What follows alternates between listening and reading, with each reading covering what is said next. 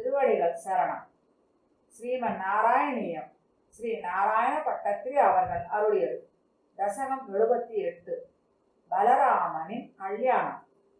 ஸ்லோகம் 1.